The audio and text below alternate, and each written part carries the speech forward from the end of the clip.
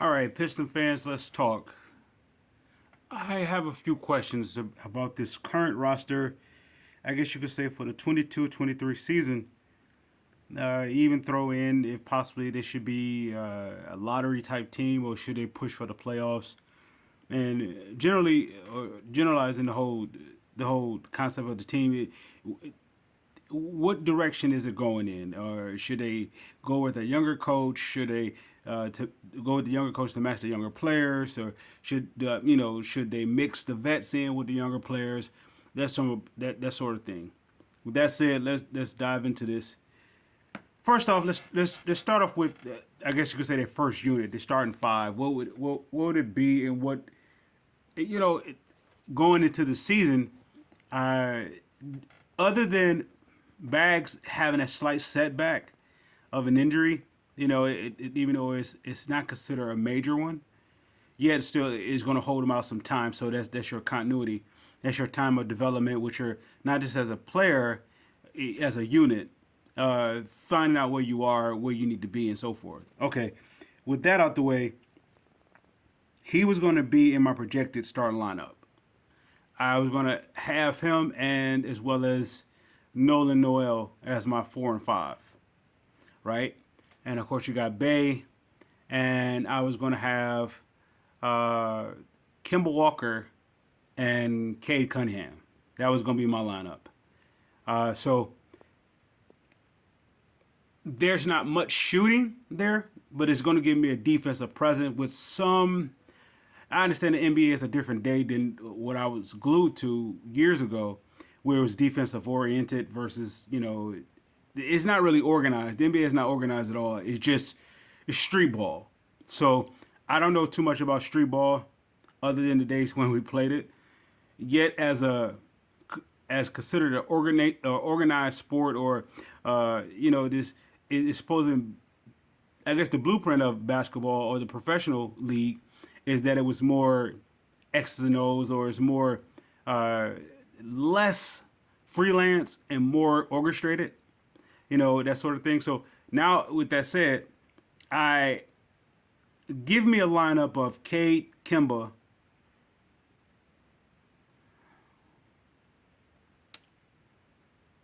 Sadiq, Nolan, New Orleans, forgive me, and Bags as my 4 and 5. I'm not a fan of. I was the frontline guy that said had high expectations on Isaiah Stewart, which is leading me to my next segment. Isaiah Stewart doesn't make my starting lineup because he's a liability. What what do he actually offer that is considered a threat to the opposing team, whether it's defensive or offensively? What do he bring? He allegedly he's presenting this approach as like he's an enforcer. Actually, he's not. He's not an enforcer at all. Going up against Williamson really showed the difference of what an enforcer is. Total different impacts. One wants to be, one is. So with that said, Isaiah, even though even though his perimeter game may have increased, or maybe in the process of a development to be something respectfully, I still there's still no place for him. And the reason why I put him off the bench as my 6 or 7 guy, it takes me back to the point when Corliss Williamson was drafted to the Kings.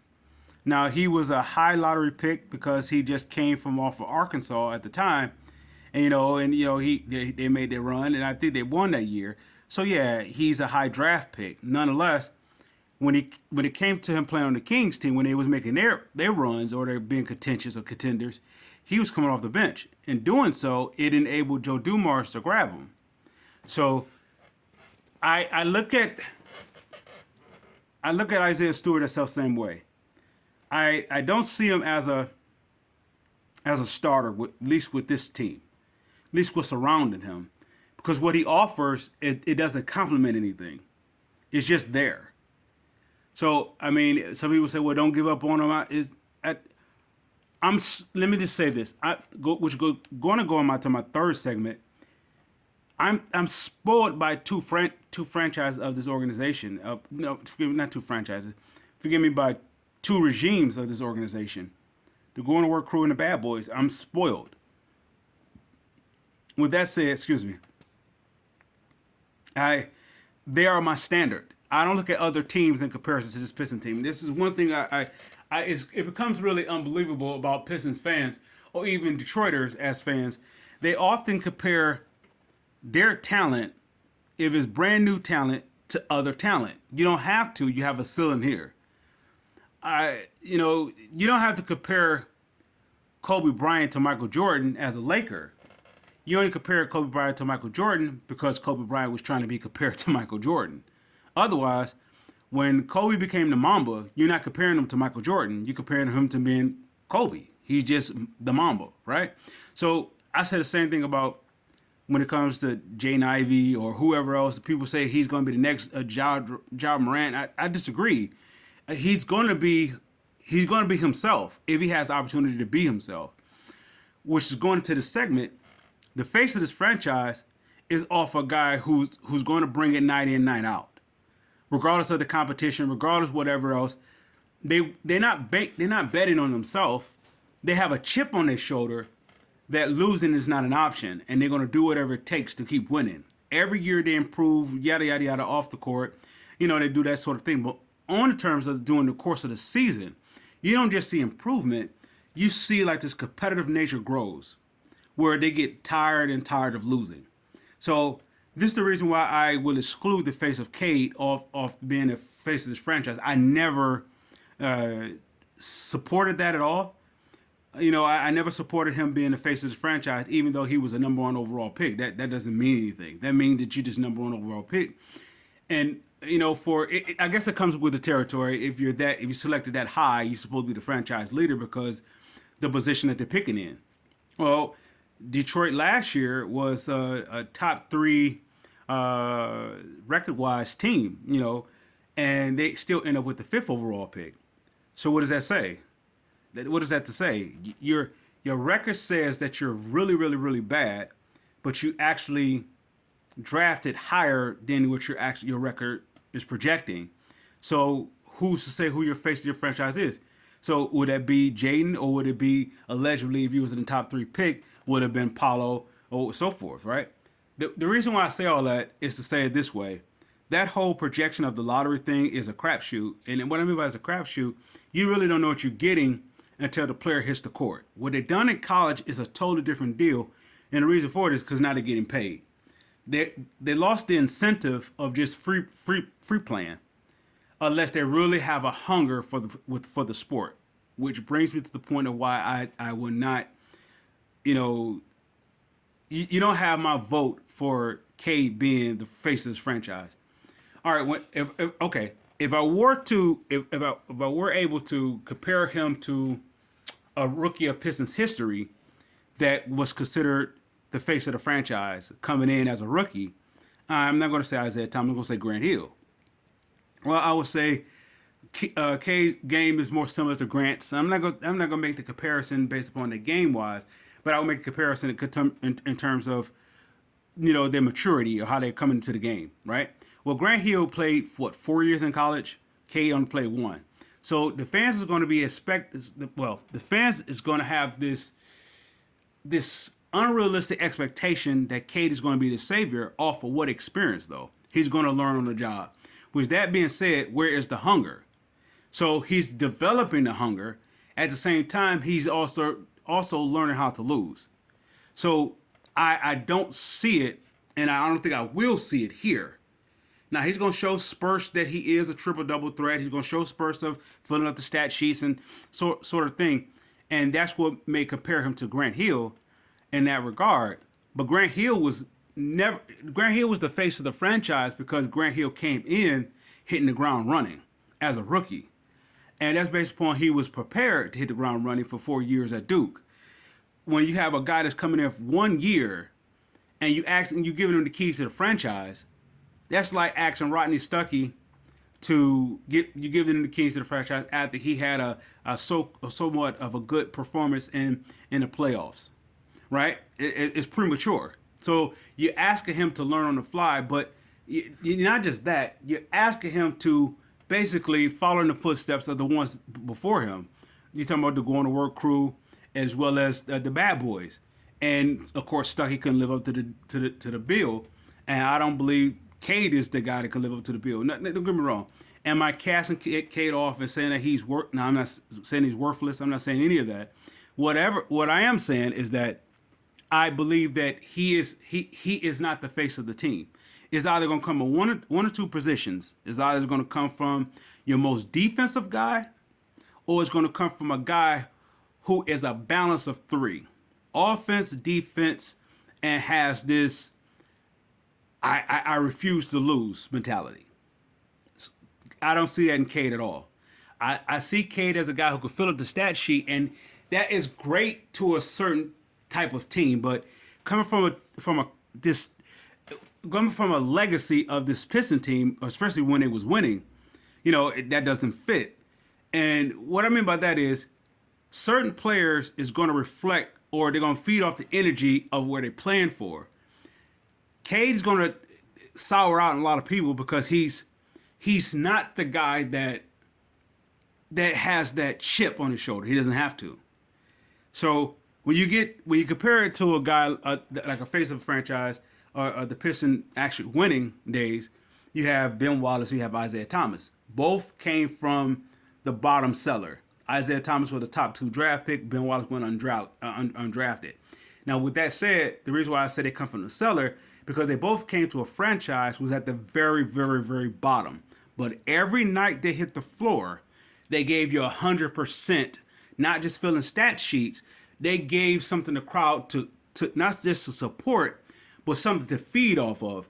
And so that put a demand on the organization to get them guys some help, right? So when Ben Wallace was here, he had it was Montrose, Jerome Williams. Then of course they traded Jerome Williams for Cordis Williamson, and it was him, Chucky Atkins, and they had Mikey Moore. I want to say Cedric. No, not Cedric. Who was I'm thinking about? Stackhouse, of course, was here, and it was a bad roster. But however, what it did, we had Ben Wallace developing into his own. Now, when he came to the Pistons, he came in, of course, off of, it was a mid-level? No, it was a sign and trade contract. Even so, with that, he came in averaging, I believe, like 7 to 8 rebounds a game from Orlando, right? And that was on just a little time playing, because I think he was playing behind Bo Outlaw, and I believe it was someone else ahead of him, so he got very little clock there. So, but he showed flashes of what he can do. Yet, when he had his opportunity here, they played him at power forward at first, next to, I believe, was it Montrose? Yeah, I believe they played him at power forward first, and he was, and they didn't have anything. But what happened was, George Irvine was their coach. Once that season cleared out, Joe Dumars was able to hire his coach. He brought in Rick Carlisle. Rick Carlisle went defensive oriented. He had a scheme just strictly for defense. Very little offense. Of course, in that offseason, they made a trade to get Cliff Robinson.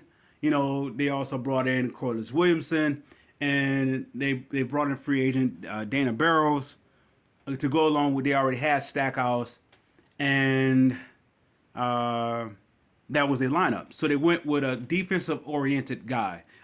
Front five. Dana Barrows could play defense. Stackhouse was more offensive, but he was a guy that you just couldn't get rid of because of his contract. And, until they did with Rip Hamilton. That was, I think, the year afterwards. But that first year Rick Carlisle took over, he had Michael Curry starting at the 3, which is going to go into my third or fourth segment. The Pistons won't win here, or they haven't won in history, or the only way they won in history is based upon this element. Now, recently people have said, Detroit is going to win because they always had a good backcourt, right?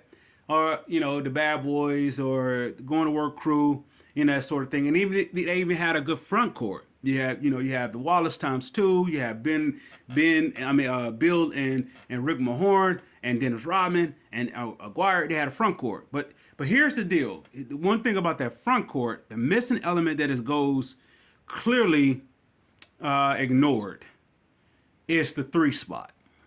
Well, Tayshaun was the glue guy or the going to work crew because he could do a combination of everything. He could be in the back court, so to speak, or he could be in the front court, so to speak. He's a combination of that glue guy. He is what a glue guy is. And then when you go to Dennis Rodman, even though they brought in Mark Aguirre for the trade for Andrew Dantley, Mark Aguirre goes to tell Dennis Rodman, you should start because you're the better talent. The same thing with Dennis Rodman, he was able to defensively be in your backcourt, so to speak, because he could move his feet really well, as well as he was strong enough to be in your front court, to up support, let's say, for the likes of, I believe it was James Edwards and Bill Laimbeer. So, well, those two couldn't move their feet well. Dennis Rodman can pick up. He was just that athletic, right? So, but the key point of what I'm saying is the three spot. When you come to this current roster of the Pistons, who is their three? They have elected Saddiq Bey, but Saddiq Bey, unless he is a glue guy, I don't see it working. He is a guy that's going to need volume shooting. Only thing about that is that's almost like having Kelly Tripucka with Vinnie Johnson and Isaiah Thomas on your team. And so they're gonna light it up, which they did. They're gonna light it up. So if you have Saddiq, Ivy, and Cade, they're gonna light up the stat sheet. Unless you do, it's gonna be tough. You can put Cade at the three, but what is that? Then you have Saddiq at the four. So the problem with this team is they have players doing another person's position, or they can do the same thing. So this team is not gelled together. Yet what it does create the possibility of trading. You have good tradable assets, and the top of that list, I put Cade there. And I understand the fans want him to be the face. I don't see him as a face, not a face here. Would that mean he goes somewhere else and play well? Yeah, he's supposed to. He's not a bad player. He's a great player in his right. It depends on which direction that this organization is going to go in. Or if they're trying to win, if they're going to try to win it all, they're going to have to go back to the blueprint. All right, let's say, for example, when the Bad Boys era was over, they tried to close out that Bad Boy era by bringing in the Teal era. So that's when before they brought in Doug Collins, I can't think of the gentleman's name who was after Jack McCloskey stepped down. And he also was a self-same one that I believe gave up the rights of Otis Thorpe. And that's how we end up with that second overall pick from Memphis, that sort of thing. And anyway, with that being said, that brought in that Teal era, so to speak, with Doug Collins. Doug Collins is not Jack McCloskey, right? So they developed a team totally two different ways. Yet Doug Collins was trying to emulate the Bad Boys by bringing in the likes of Lindsey Hunter, Allen Houston, or maybe they before Doug Collins took over, they brought those two in. But then after that, they brought in the likes of Theo Ratliff, Jerome Williams, Don Reed, that type of players. Yet you having players that's trying to fit that Bad Boys type toughness, yet they don't have that Bad Boy type toughness. So Jerome Williams was, I guess you could say, a poor man's Dennis Rodman. And Don Reed was your poor man's what? Rick Mahorn? And then Theo Ratliff was your poor man John Sally. So it was like they was trying to emulate it, but yet and still they didn't have the pieces. So what Joe Dumars did, he scrapped it all together. Of course, by the time he get a hold of the team, they whittled down to nothing. They don't have anything. They don't have Theo. They don't have. I believe they had Lindsey, and they was able to trade. Yeah, that's what it was. They was able to trade Lindsey to Toronto for Michael Curry, and that's how Michael Curry ended up coming to this organization, and then eventually, you know, Lindsey comes back to the Pistons team, and that sort of thing. And then of course they waive him and they get him back. No, they put him in a trade for the Boston thing to get Rasheed, and Boston goes there and waive them, and they pick him up, and there you have it. But anyway, with that said, when you come to this Pistons team now, it's they don't have one guy to build off of yet.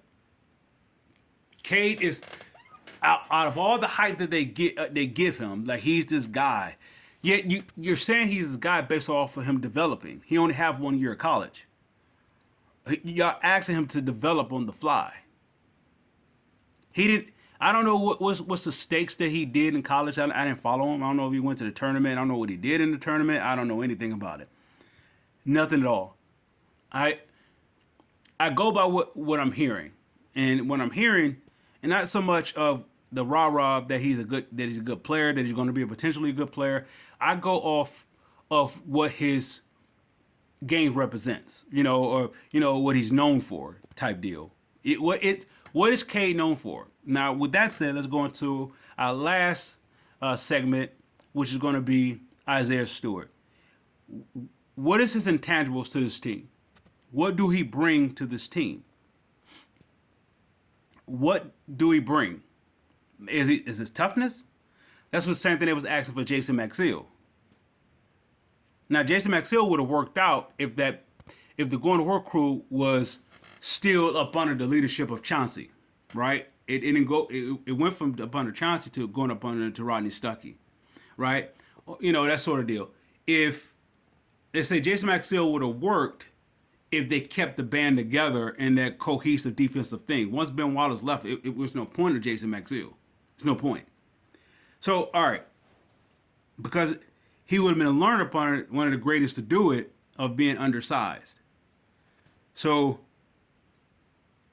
when it comes to Isaiah Stewart, what is his intangibles? I mean, what do we bring to the Pistons team that makes him a threat to the opposing team? You really don't have anything. You don't have anything. He's developing a jump shot, which means he's not a jump shooter. That means he's a guy who's going to shoot.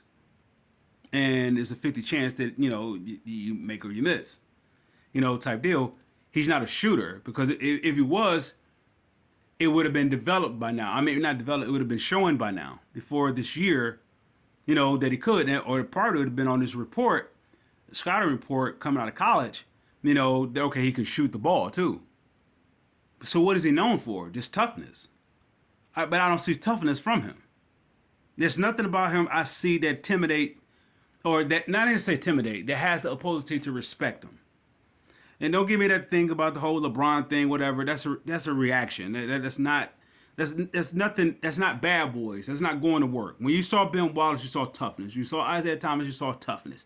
When you saw Rick Mahorn, you saw toughness. You just saw it, right? I don't see toughness when it comes to Isaiah Stewart. Do that mean that he can't fight? We're not talking about boxing. We're talking about basketball. So where's this toughness at? That you're not going to come in this place and disrespect this team. Where is that at? I don't see that. That starts on the court. That's not mouthing.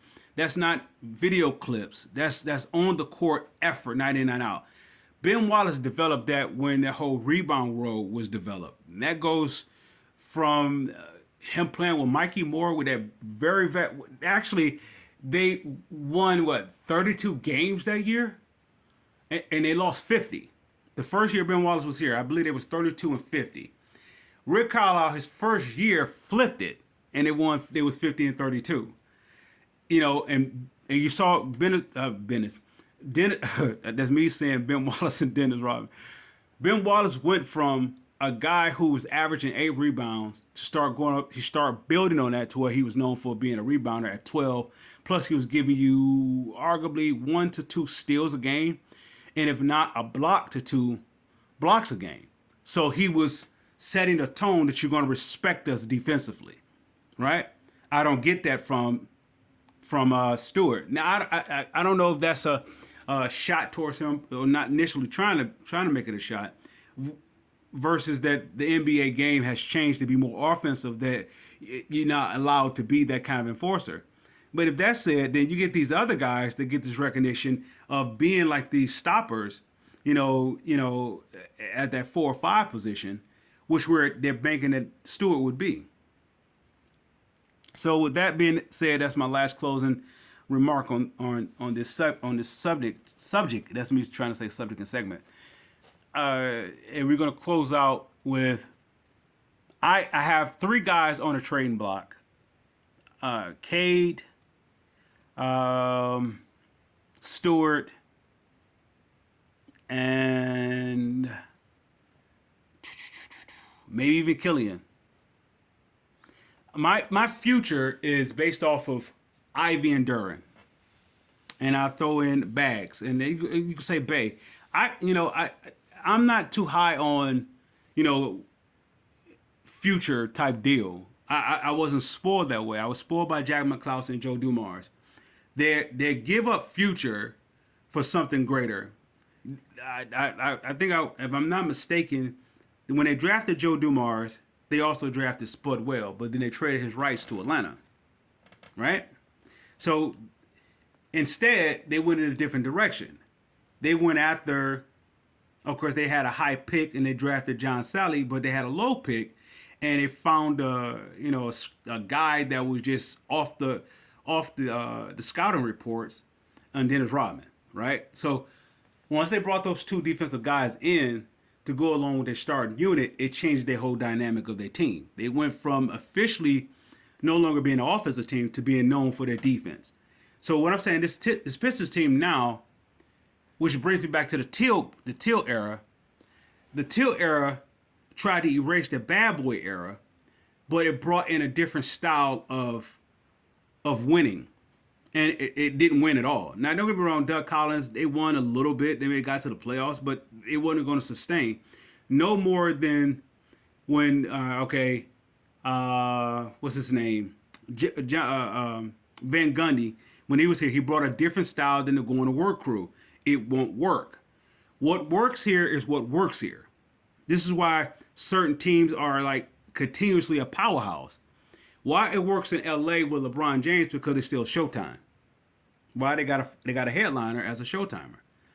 If they stop being a Showtimer, in other words, getting you the flashiest player to make that flashiest player have like the most, I ain't gonna say the most impact, but have a high impact on their team. The players have to be willing to be a Showtime team. When you have Kobe and Shaq, they was a Showtime team, even though they ran a triangle. I'm not talking about Showtime as in fast break basketball. They rose up to the occasion that we are part of the Lakers organization, and as Lakers organization, we're going to give the fans what they want, which is championships. So we're going to have to be dominant. That's what they brought.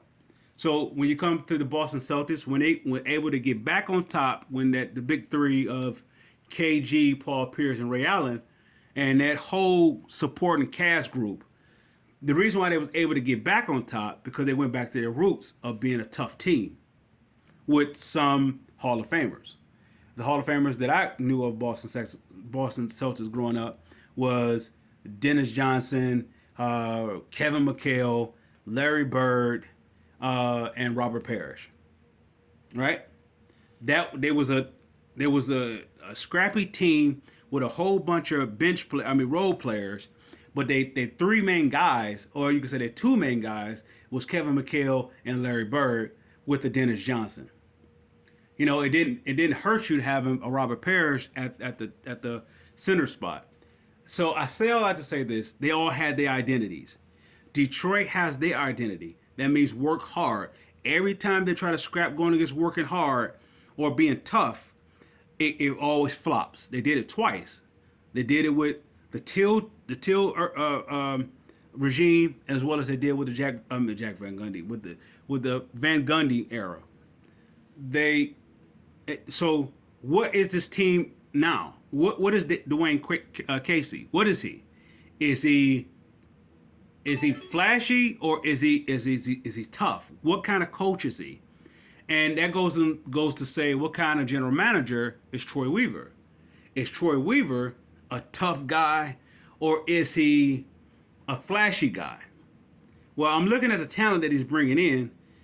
This recent draft, I see toughness. Those other drafts, I don't see toughness at all. Cade, I don't see toughness. Livers, I don't see toughness.